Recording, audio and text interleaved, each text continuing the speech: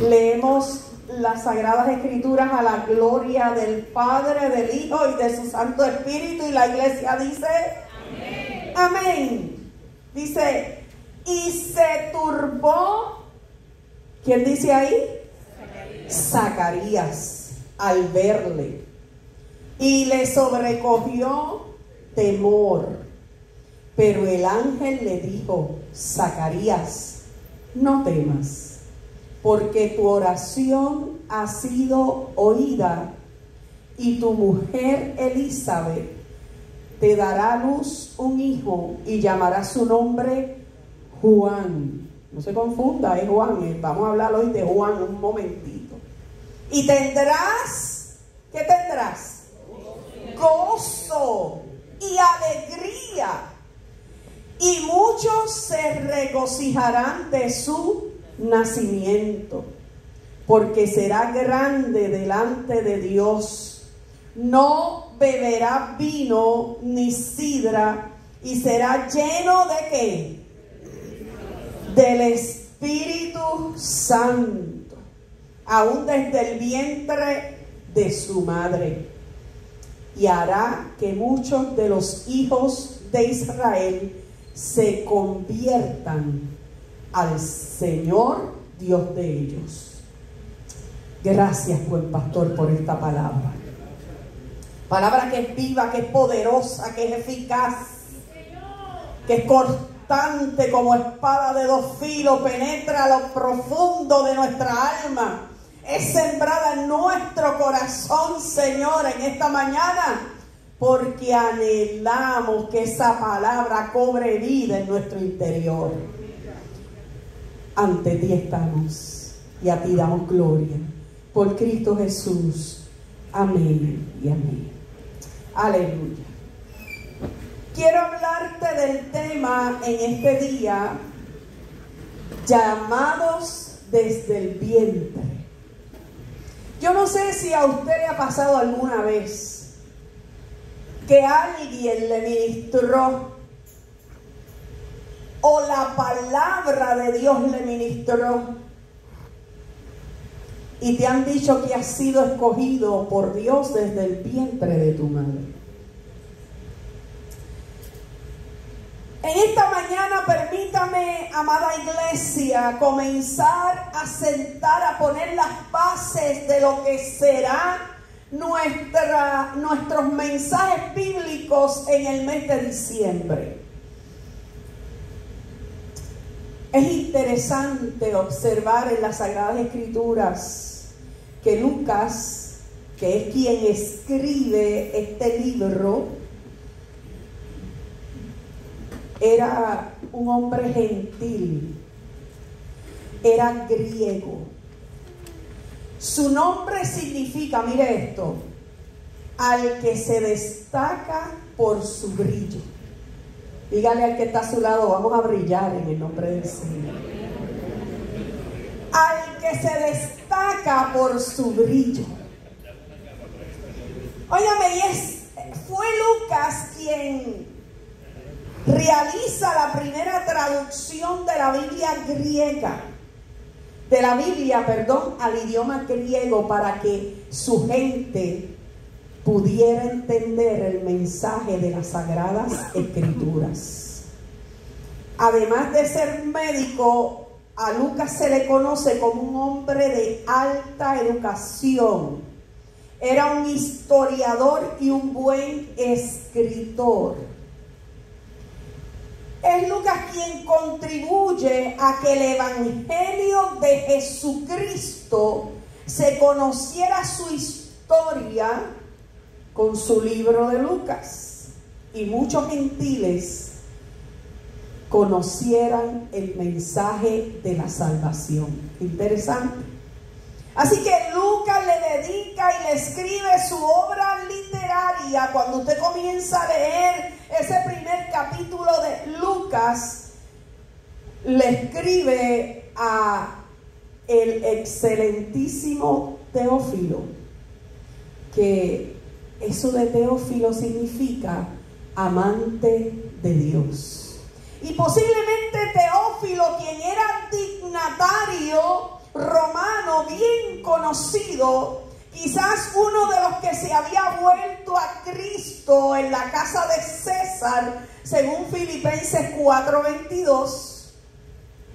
Lucas, en el libro que lleva su nombre, en ese primer capítulo, de forma clara y contundente, expresa su conocimiento de los hechos registrados. Cristo es un hecho bien registrado en las Sagradas Escrituras. Ocurrió, pasó, no hay lugar a duda de ello. Escribieron Mateo, Marcos, Lucas y Juan de la experiencia de un Cristo que descendió del cielo, aleluya, vino a esta tierra, nació en un pesebre. ¿Para qué? Para salvar al ser humano. Y celebramos lo que es la Navidad y adoramos al Señor en Navidad. Pero estás consciente que ese niño que nació en Belén de Judea es el Salvador del mundo. Es el único que puede perdonar los pecados. Lucas escribió de él. Y fíjense que Lucas relata la Navidad, no directamente del pesebre, sino que comienza a hablar ya de Cristo, pero primero habla de Juan. Dentro de ese relato podemos ver que Lucas comenzó hablando del cumplimiento de una promesa. ¿Cuántos Dios le ha hecho promesas aquí? Al mundo entero Dios le hizo una promesa, que enviaría a su Hijo. Lo encontramos en el libro de Isaías. Y en medio de esa promesa ya Lucas comienza hablando de ese cumplimiento. Y miren qué interesante. También se le había hecho una promesa a una familia muy importante. Dentro de una promesa, la familia del sacerdote Zacarías y su esposa Elizabeth los identifica las Sagradas Escrituras como justos y de un testimonio intachable. Vivían al pie de la letra los mandamientos y los preceptos que Dios había dado a su pueblo. Pero esta familia en particular tenían una situación. No tenían descendencia. Y en medio de ese no tener hijos, Elizabeth era estéril. Ambos ya eran ancianos de la muy llamada tercera edad, pero bien entrados en años. ¿Cuántos son aquí de la tercera edad? Yo tengo que levantar la mano. ¿Ves? ¿Y qué ocurrió? Está todo el mundo ahí hablando, la tercera edad, alaba. Pero fíjense, hubo un momento en que Zacarías, que servía en el templo, en el tiempo de la antigüedad había muchos sacerdotes, no era uno solo, eran muchos, y se asignaban turnos, y puede ser que al sacerdote le tocara una vez al año entrar a ofrecer, ¿verdad?, ese sacrificio delante de la presencia de Dios. Y le llegó el turno ese año a Zacarías. Y cuando va ante la presencia de Dios, dice el capítulo 1, verso 10, que toda la multitud del pueblo estaba afuera orando mientras Zacarías ofrecía el sacrificio. ¿Estaban qué? Orando. orando en todo tiempo. Óigame, y en medio de esa oración, de repente, cuando Zacarías va ante la presencia de Dios, a la derecha del altar, imagínense, a la derecha del altar, llegó Zacarías. Espérate, déjame venirme aquí. Y va a ofrecer el sacrificio. A la derecha del altar ve un ángel. ¿Se lo está imaginando? El ángel venía con un mensaje contundente, importante para Zacarías. Imagínese lo viejito, entrado en años, casi sin fuerza, pero con su responsabilidad de una tarea muy santa, llegando ante la presencia de Dios. Y al ver el ángel, se asustó. Esto era un hecho que nunca había ocurrido. Comenzó a temblar, imagínese el miedo. Ahora bien, se turbó, dice la Biblia. El temor se apoderó de él. Pero el ángel habló. Mire lo que le dice en el verso 13. No temas, Zacarías. Óigame, primero le dice no temas, porque hay muchas cosas en la vida que nos dan temor. Y las emociones se trastocan. Pero después que le dice no temas, lo llama por su nombre. Yo quiero decirte que Dios conoce tu nombre. Dios conoce cómo tú te llamas. Puede ser que a la pastora se le olvide tu nombre. Puede ser que a los hermanos de la iglesia se les olvide su nombre. Pero a Dios no se le va a olvidar. Y en medio de eso, le dice, tu petición ha sido oída. Imagínate, Carmelo, que se te presente un ángel y te diga, oye, Carmelito, la petición tuya ya el Señor la escuchó. Que te diga y te especifique tu petición ha sido oída.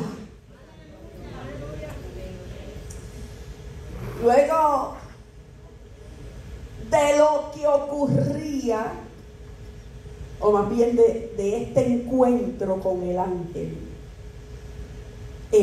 comenzó a hablarle de su esposa. Elizabeth tendrá un hijo. Pero déjame hablarte un chispito de Elizabeth, un poquitito te lo voy a decir. Elizabeth significa su nombre, promesa divina. Era la hija de Aarón y la esposa de Zacarías. Zacarías es un nombre hebreo que significa Yahvé ha recordado. Y esto es bien importante, porque si yo uno ambos significados, mire lo que saco de ahí. Ambos significados, Yahvé ha recordado la promesa divina. Oh, eso está hermoso. Es que Dios nunca se va a olvidar de lo que te prometió. Es que a Dios no se le olvida la palabra que Él comprometió contigo. Aleluya. Es una palabra que cuando Él la da, nada ni nadie puede impedirla. Así que en medio de este proceso, Yahvé ha recordado la promesa divina. Estos nombres llevan encerrados entre sí. Óigame, desde que nacieron la marcaron a ella y lo marcaron a él con nombres que Dios estaba envuelto en ese asunto. Así que Dios cumplió al pie de honra su promesa. Elizabeth era una mujer de principios, perseverante, era una mujer de fe. Hablemos por un momento entonces de la visión que tuvo Zacarías. Ya hablamos de los significados, pero yo quiero hablarte por un momento de esa visión. Tu esposa te dará a luz un hijo y lo llamarás Juan. Yo puedo ver aquí instrucciones precisas de parte de Dios. La promesa, lo que iba a ocurrir y hasta el nombre.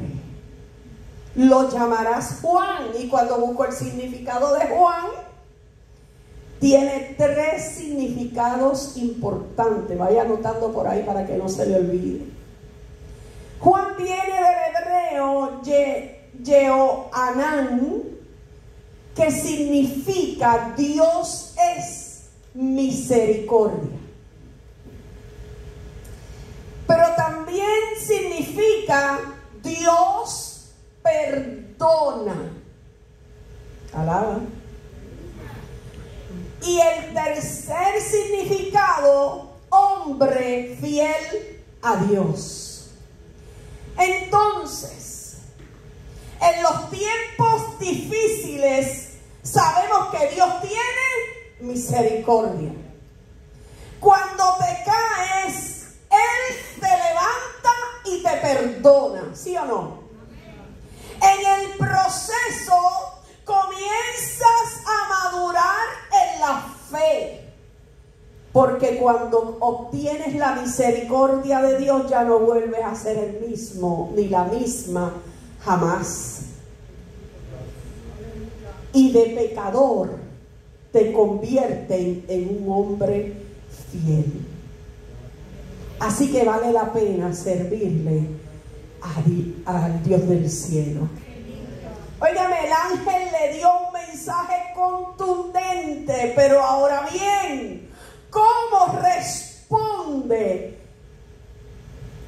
¿Cómo responde Dios cuando llega el tiempo del cumplimiento de tu promesa? Porque oramos, confiamos, esperamos, pero ¿qué pasa cuando ya llegó el momento del cumplimiento?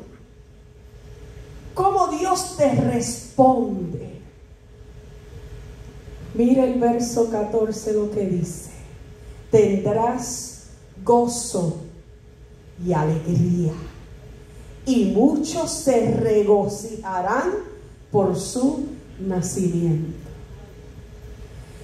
Dios es un Dios que cuando responde el lamento que teníamos con la petición, que estaba ante su presencia, que gemíamos, que llorábamos, que a veces no encontrábamos la salida, que le pedíamos al Señor y no veíamos respuesta, pero llegó el momento en que Dios dijo: ahora es que yo voy a responder. Y en medio de esa respuesta Dios te demostró que la paciencia te fue madurando, que en medio del proceso fuiste creciendo, fuiste dependiendo de Él en todo el sentido de la palabra. Y cuando dependemos del Dios del cielo, su respuesta nos da gozo y alegría.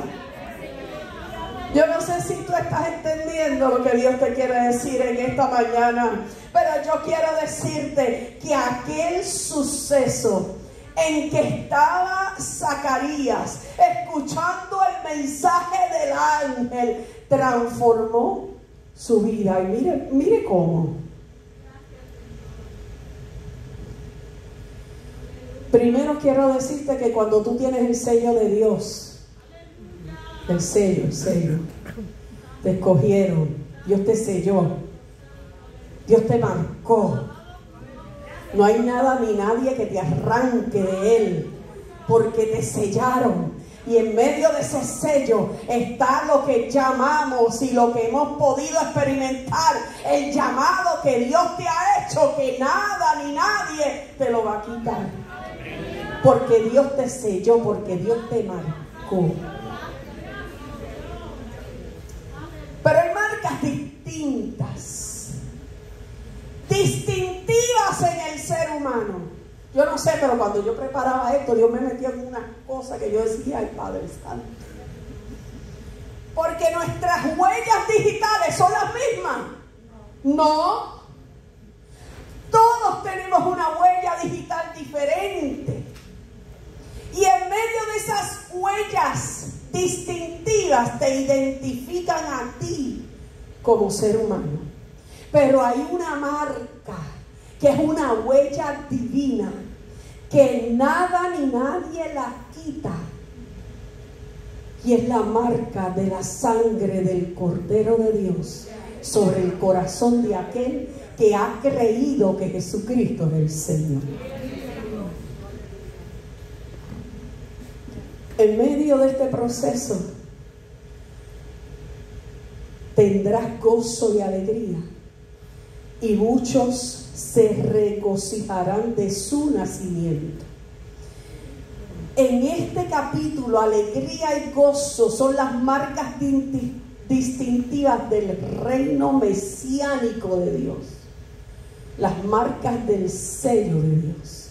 Y ese reino mesiánico, oiga bien, estaba a punto de llegar a esta tierra. Había sido escogido por Dios. Primero escogió a Juan para preparar el camino del Señor. Pero ese reino mesiánico no es nada más y nada menos que el Hijo de Dios, el Mesías encarnado. El reino de Dios se había acercado. Ya no era de lejos, sino ahora estaba cerca con la humanidad. Ahora bien, ¿qué características tenía que tener el que preparara el camino del Señor? Entiéndase Juan. No podía beber vino, tampoco podía beber sidra. Este era un elemento esencial en el voto nazareno. Cuando nosotros somos separados para Dios, para Él, no puede existir en nuestra vida nada que contamine nuestro cuerpo. ¿Entendió? Porque todo lo que contamina el cuerpo lo daña, por ende, contamina mi espíritu y daña mi espíritu. Y otra de las cosas que iba a tener Juan era que sería lleno del Espíritu Santo aún desde el vientre de su madre. Ese suceso lo vimos luego cuando María fue a visitar a Elizabeth. María tenía en sus entrañas al Hijo de Dios y Juan estaba en las entrañas de Elizabeth. Y cuando María entró, aleluya, a ver a Elizabeth, el niño Juan fue lleno del Espíritu Santo de Dios. ¿Cuál sería el trabajo de este niño? Volver a muchos israelitas al Señor su Dios. Él iría delante del Señor en el espíritu y poder de Elías. Y oiga bien, esta nota es importante. Elías, como Juan el Bautista, fue conocido por su postura firme e invariable a favor de la palabra de Dios. Así que Juan fue escogido para hacer volver los corazones de los hijos a los padres y de los padres a los hijos. Y los desobedientes a la actitud de los justos por medio del arrepentimiento. Óigame, a fin de preparar el terreno, el camino Porque venía uno, aleluya, después de Juan, que Juan mismo dijo: a ese yo no soy digno ni de desatarle el calzado de sus pies. Y tú, como creyente, que eres escogido y escogida por Dios, necesitas entender que tú tienes un límite, pero el Dios que nosotros le servimos no lo tiene. Aleluya. Ese es el que merece toda la gloria. Ahora, en esta mañana yo te pregunto, ¿qué estarías dispuesto o dispuesta a hacer por el Señor? Juan fue escogido para preparar el camino. Tú has sido escogida y escogido para adorarle, para bendecir su nombre, para proclamar su grandeza, para que la gente entienda que todavía hay esperanza en ese Cristo poderoso que sigue dando vida, que sigue dando perdón y que para Él no hay nada imposible. Sí, celebremos. Hay que celebrar. Celebremos a Jesucristo. Celebremos a aquel que dijo: yo soy la verdad y la vida. El que cree en mí, aunque esté muerto, vivirá. Así que en esta hermosa mañana, con este mensaje, comenzamos la celebración, la apertura.